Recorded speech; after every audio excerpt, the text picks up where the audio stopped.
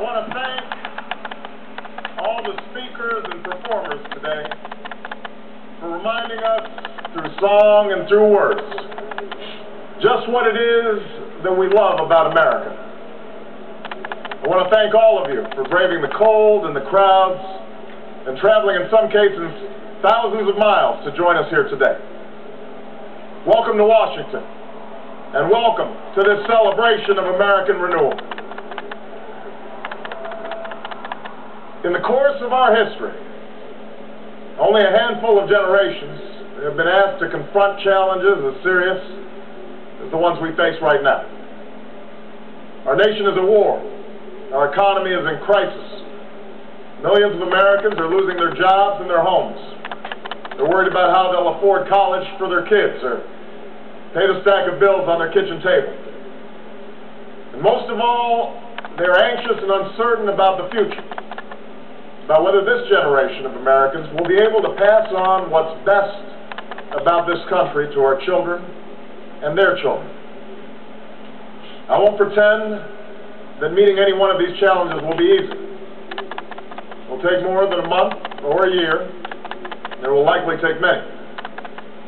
Along the way, there will be setbacks and false starts, and days that test our resolve as a nation.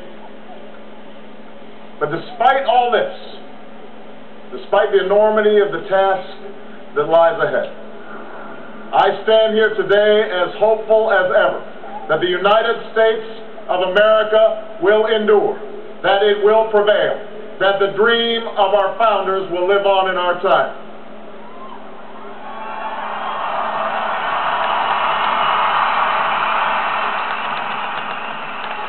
What gives me hope is what I see when I look out across this mall.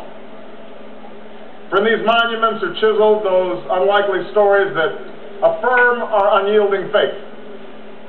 A faith that anything is possible in America. Rising before us stands a memorial to a man who led a small band of farmers and shopkeepers in revolution against the army of an empire, all for the sake of an idea. On the ground below is a tribute to a generation that withstood war and depression. Men and women like my grandparents who toiled on bomber assembly lines and marched across Europe to free the world from tyranny's grasp. Directly in front of us is a pool that still reflects the dream of a king and the glory of a people who marched and bled so that their children might be judged by their character's content. And behind me, watching over the Union he saved, sits the man who in so many ways made this day possible. And yet, as I stand here today, what gives me the greatest hope of all is not the stone and marble that surrounds us, but what fills the spaces in between. It is you, Americans of every race and region and station, who came here because you believe in what this country can be and because you want to help us get there.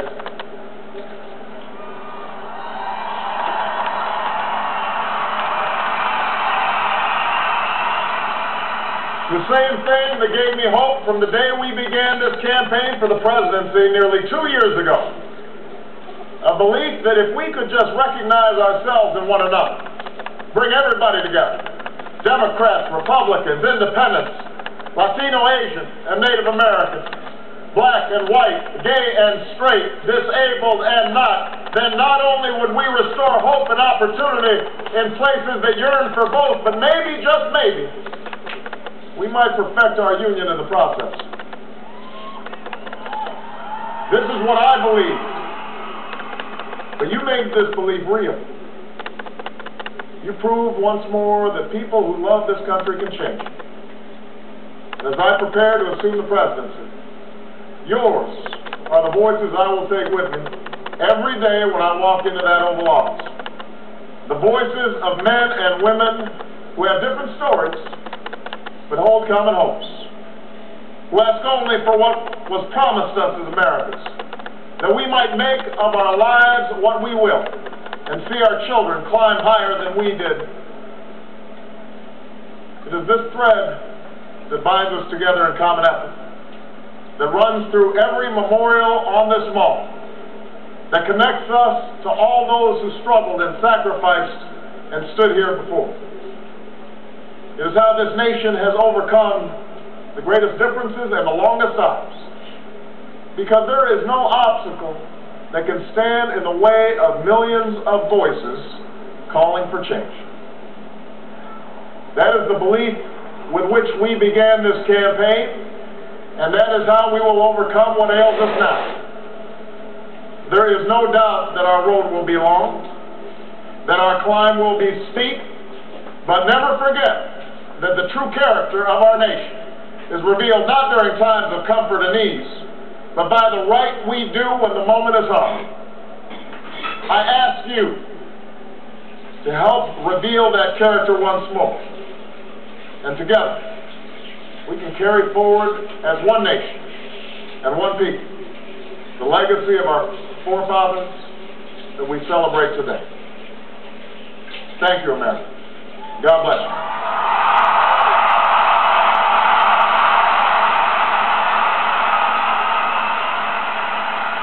Senators, President-elect